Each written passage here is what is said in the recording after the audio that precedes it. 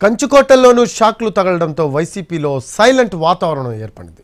కీలక నేతలు ఇంతవరకు ఓటమి అనుభవాల నుంచి బయటకు రాలేకపోతున్నారు. దీంతో ఎక్కడి నేతలు అక్కడే ఉండిపోవడంతో జిల్లాలో పార్టీ కార్యక్రమాల ఊసే లేకుండా పోయింది. కనీసం వైసీపీకి గట్టి పట్టున్న నియోజకవర్గాల్లోనూ ఆ పార్టీ అభ్యర్థులు ఎందుకు ఓటమి పాలయ్యారు? ఏపీలో వైసీపీకి గట్టు పట్టున్న జిల్లాల్లో ప్రకాశం జిల్లా కూడా ఒకటి. గట్టిగా కష్టపడితే జిల్లా మొత్తాన్నే క్లీన్ స్వీప్ చేస్తారు అనుకుంటే ఫలితాల్లో పార్టీ పరిస్థితి మొత్తంగా తిరగబడింది. 25 నుంచి 30 ఏళ్లలో ఒక్కసారి కూడా గెలవని చోట టీడీపీ బోణీ కొట్టింది. జిల్లాలో వైసీపీకి 2 స్థానాల్లో విజయం సాధించింది.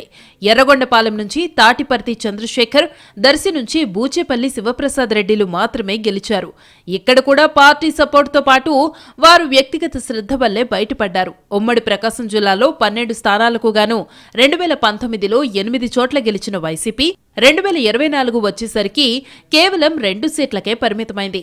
ఈ ఫలితాలు పార్టీ ముఖ్య నేతలను విస్మయానికి గురిచేశాయి. ఖచ్చితంగా గెలుస్తామనుకున్న చోట్ల వైసీపీ పరాజయం పాలవడంతో నేతలు నైరాస్యానికి లోనయ్యారు.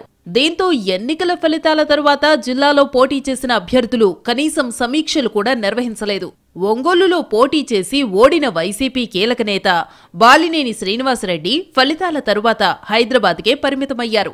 ఒంగోలులో వైసీపీకి భారీ మెజారిటీలొస్తాయని అంచనా వేసిన బూతుల్లో కూడా టీడీపీకే మెజారిటీలు రావడంతో అసలేం జరిగిందో అర్థం కాని పరిస్థితి నెలకొంది. దీంతో బాలినేని తమకు అవకాశమున్న మేర 5% పోలింగ్ కేంద్రాల్లో వీవీప్యాట్ స్లిప్పులు లెక్కించేందుకు ఈసీకి దరఖాస్తు చేసుకున్నారు. త్వరలో ఈసీ లెక్కింపు తేదీలను ప్రకటించే అవకాశముంది. గెలుపు కోసం సాయశక్తులా కృషి చేసిన భారీ మెజారిటీతో ఓడడంతో జగన్ నిర్వహించిన సమీక్షకు కూడా బాలినేని హాజరు కాలేదు. అటు కొండెపి నుంచి పోటీ చేసి ఓడిన మాజీ మంత్రి ఆదిమూలపు సురేష్ 2 రోజుల క్రితం నియోజకవర్గానికి వచ్చి మంత్రి స్వామిపై పలు ఆరోపణలు సంధించి వెళ్లారు. అటు రివర్స్ కౌంటర్ కూడా గట్టిగానే ఇచ్చారు.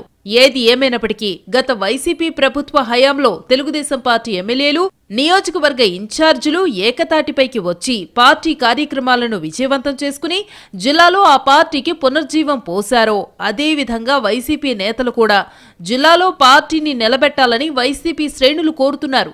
మరి ప్రకాశం జిల్లాలో వైసీపీని తిరిగి గాడిన పెట్టేందుకు అధినేత జగన్ ఏం చేస్తారో చూడాలి.